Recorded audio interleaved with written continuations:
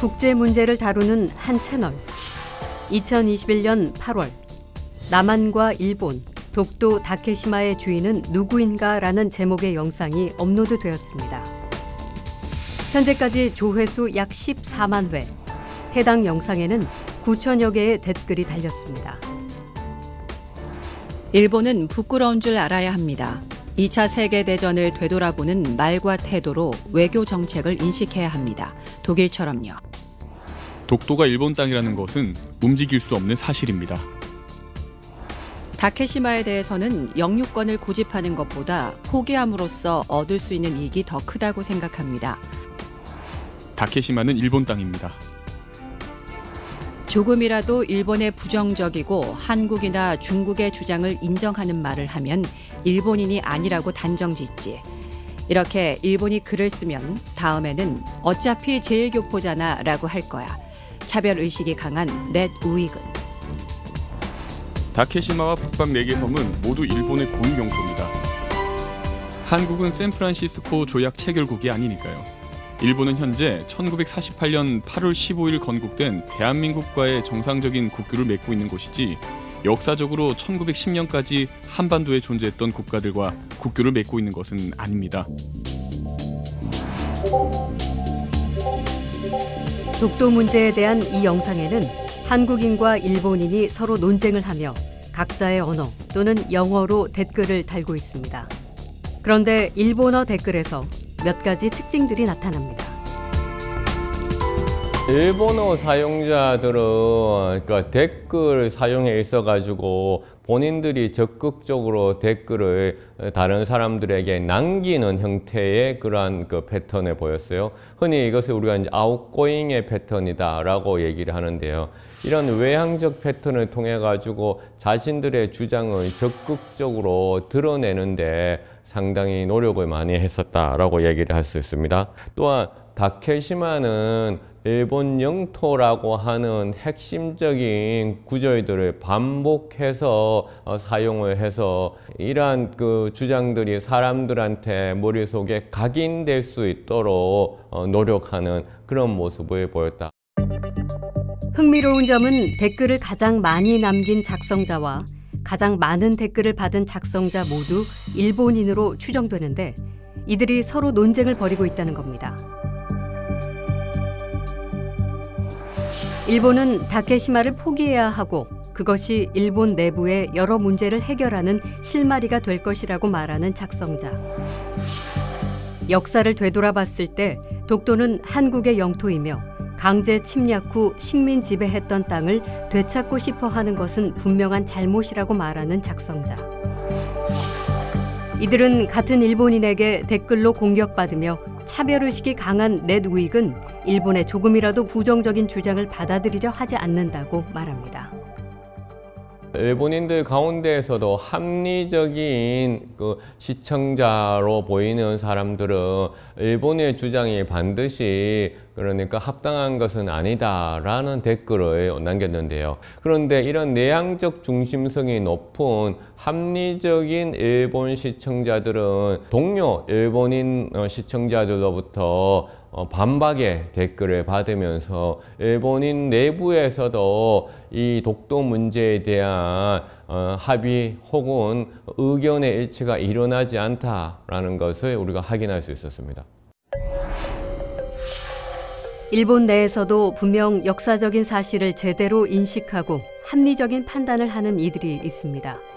하지만 온라인상에서 그런 목소리들은 공격을 받거나 묻히고 맙니다. 반면 가장 많은 댓글을 달고 다니는 작성자 대부분은 일본어와 영어를 이용해 독도는 일본 땅이라는 주장을 펼치고 있습니다. 일본의 의도가 담긴 오류에 대응하기 위해 우리는 충분한 정보를 제공하고 있을까? 독도에 대한 데이터 파워는 어느 쪽이 우세할까? 우리나라 외교부의 독도 홍보 홈페이지와 일본 외무성의 다케시마 홍보 홈페이지, 두 사이트의 영향력을 빅데이터 분석을 통해 비교해 보겠습니다. 한일 양국의 독도 홈페이지를 링크해 재게시하고 있는 사이트들의 연결망을 보여주는 표입니다. 두 사이트가 국제사회에서 가지는 영향력의 차이가 한눈에 보입니다. 일본을 연결하고 있는 사이트는 모두 100개, 한국을 연결하고 있는 사이트는 모두 53개, 2배 가까운 차이가 납니다. 특히 한일 양국의 사이트를 인용하고 있는 다른 사이트의 도메인을 눈여겨볼 필요가 있습니다. 일본의 경우 미국의 교육기관과 미국 정부가 상위권에 있으며 미 국방부와 국제단체의 도메인도 등장합니다. 무엇보다 일본의 공식적인 웹사이트들이 해외의 다른 웹사이트들과 더 많이 연결되어 있었다라는 것을 찾을 수 있었고요.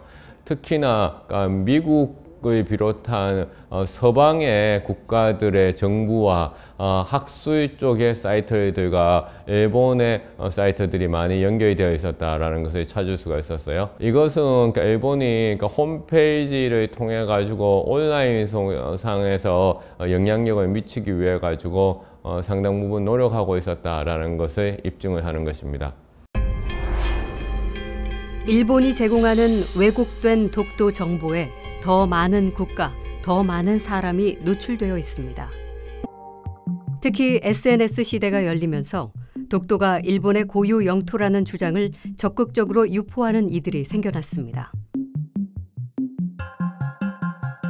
몇몇 SNS의 사례를 통해 살펴보겠습니다. 먼저 트위터를 살펴봅니다. 2022년 5월부터 2023년 5월까지 1년간 올라온 트윗 중 독도 문제를 키워드로 수집된 트윗은 모두 4867개. 독도를 일본 땅이라고 주장하는 게시물이 줄을 이루며 이들은 리트윗을 통해 빠르게 퍼져나갔습니다.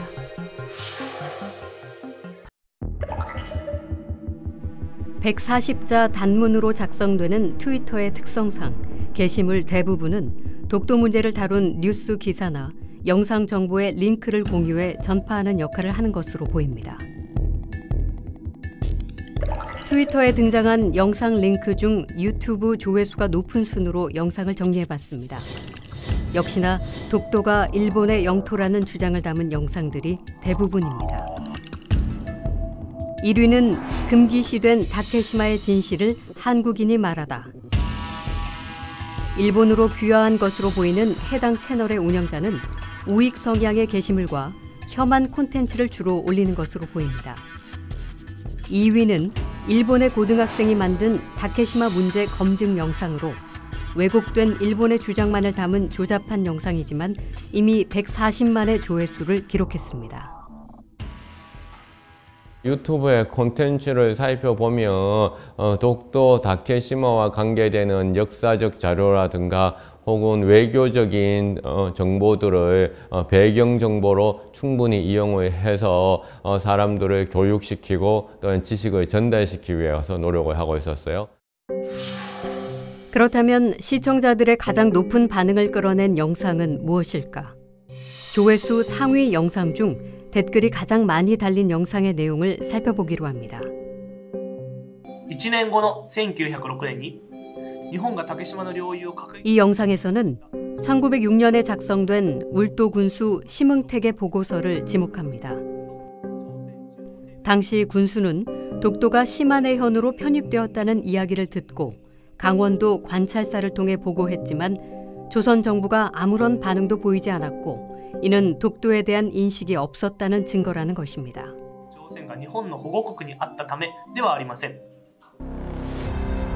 문화 이슈와 비교했을 때 K-팝 가수들에 대한 트윗에 비해 독도 문제에 대한 언급은 0.11%에 불과했습니다. 다른 정치 문제와 비교했을 때는 어떨까? 센카쿠 제도와 북방 영토 문제보다도 언급이 낮은 것으로 분석됩니다. 지난 6월 온라인을 뜨겁게 달군 트렌드 부분에서도 독도에 대한 관심은 매우 낮게 나타나고 있습니다. 다른 이슈들과 비교했을 때 독도는 일본인들에게 관심 밖의 일처럼 보입니다. 그런데도 일본 정부가 교과서를 개정하며 독도 문제 교육에 이토록 집요하게 매달리는 이유는 무엇일까? 독도에 대한 일본의 진짜 속내가 궁금해집니다. 우리는 일본의 SNS를 살펴보던 중 독도가 일본 고유의 영토라는 주장을 적극적으로 펼치는 이들에 대한 실마리를 얻었습니다. 블로그 JP에 올라온 독도 관련 게시물들. 대부분 한국이 독도를 불법적으로 점거하고 있다는 주장을 펼치고 있는 것으로 보입니다. 그리고 독도 관련 게시물에 등장한 넷 우익이라는 단어. 넷 우익이라는 단어가 7위로 등장을 했다는 것이죠. 일본 자국에서 넷 우익이라고 하는 집단주의가 이 블로그를 중심으로 해서 활동을 하고 있고, 또한 이 블로그를 통해서 다른 일반인들과 매개하고 있다. 오염된 데이터를 확산시키는 이들. 넷 우익 집단을 살펴보면 독도에 대한 일본인의 진짜 속내를 알 수 있을지도 모르겠습니다.